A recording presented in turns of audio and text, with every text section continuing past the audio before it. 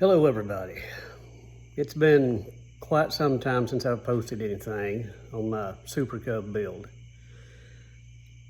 One of the last times that I worked on it, I was cut into a tube and found it full of water and rust and dirt. And the more that I got into it, I realized that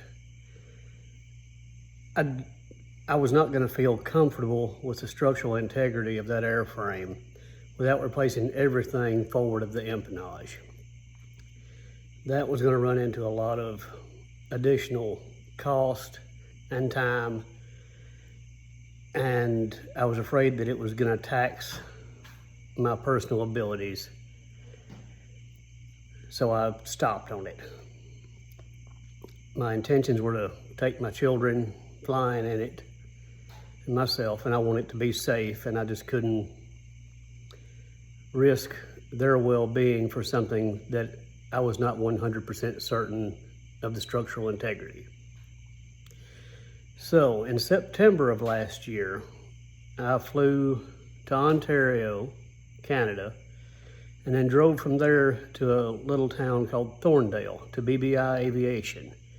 And that's where I met Nick Smith and Nick Smith Jr. They have been in the business of building experimental Cub frames and also Bushmasters and some PA-12 style frames for a number of years. After talking with them and seeing their operation, I decided that that's the route that I would go.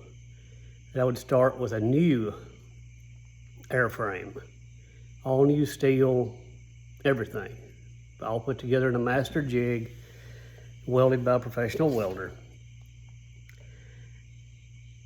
Here it is.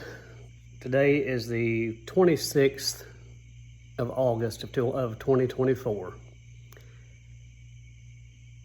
I picked up my new airframe on Saturday, the 24th, from Nick Smith.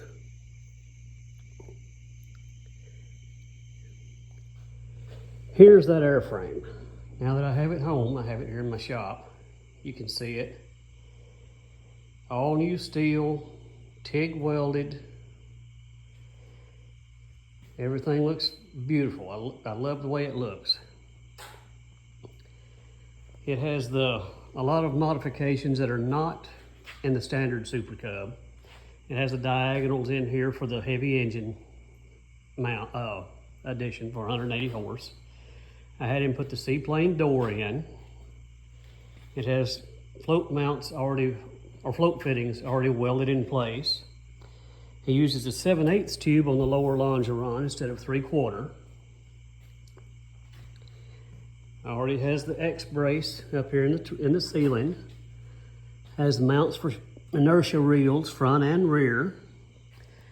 This is a 4-inch wide, or 4-inch wider frame also.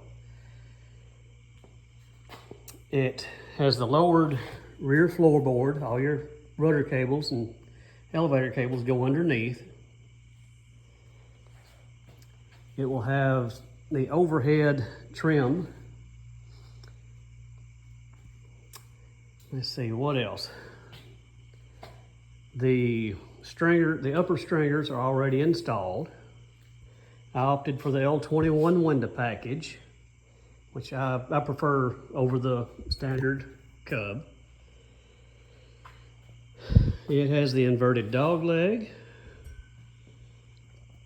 He also puts in some threaded bushings for cargo tie downs, where you can put eye bolts or whatever in. He also puts in the additional structural tubes back here in the back to stiffen the rear. Has the handles on both sides of the frame. I feel like I'm forgetting something and I just don't know what. Also in his fuselage package, he includes the vertical stabilizer, 2 instrument panel blanks, seat frame, and this one is the fold down seat. rudder pedals, brake pedals, windshield trim. Here's the yoke interconnect. These are some of the exterior trim panels. Here's the rudder, the elevators. The horizontal stabilizers are under here. The torque tube. You'll see a jack screw in there that didn't come with it. That came from Javeron Aviation. Here's the cabin V, the control sticks, the saddle, the flat panel. That's something else that was. The flat panel on this is no longer attached to the seat frame. It comes off the side down here low. And also the fuel selector has been relocated up forward, up here. It has the throttle handles,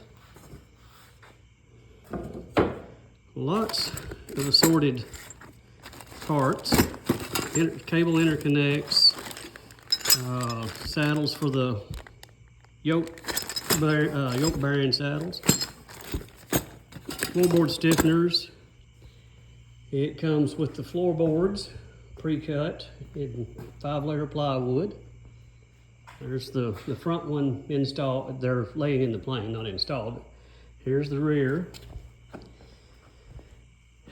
It's got 3-inch extended gear with 1.5-inch axles. Here's the window frame for the left door. Has the aluminum pre-cut for the baggage floor. I also, while I was there, got the boot cowl and these pieces here, and a firewall. This right here is more boot cowl parts. It also comes with the landing gear, the shocks. Comes with a large baggage door right here. The door frames are welded aluminum. It all comes powder coated. I personally think he done an excellent job with all this. It's way better than I could have ever done. It all comes powder coated again, and in the end, I think that I'll have a much better product when I'm done than I would have had with the wreck that I bought last year. Anyways, my next video will be of an interview that I did with Nick while I was there in Thorndale.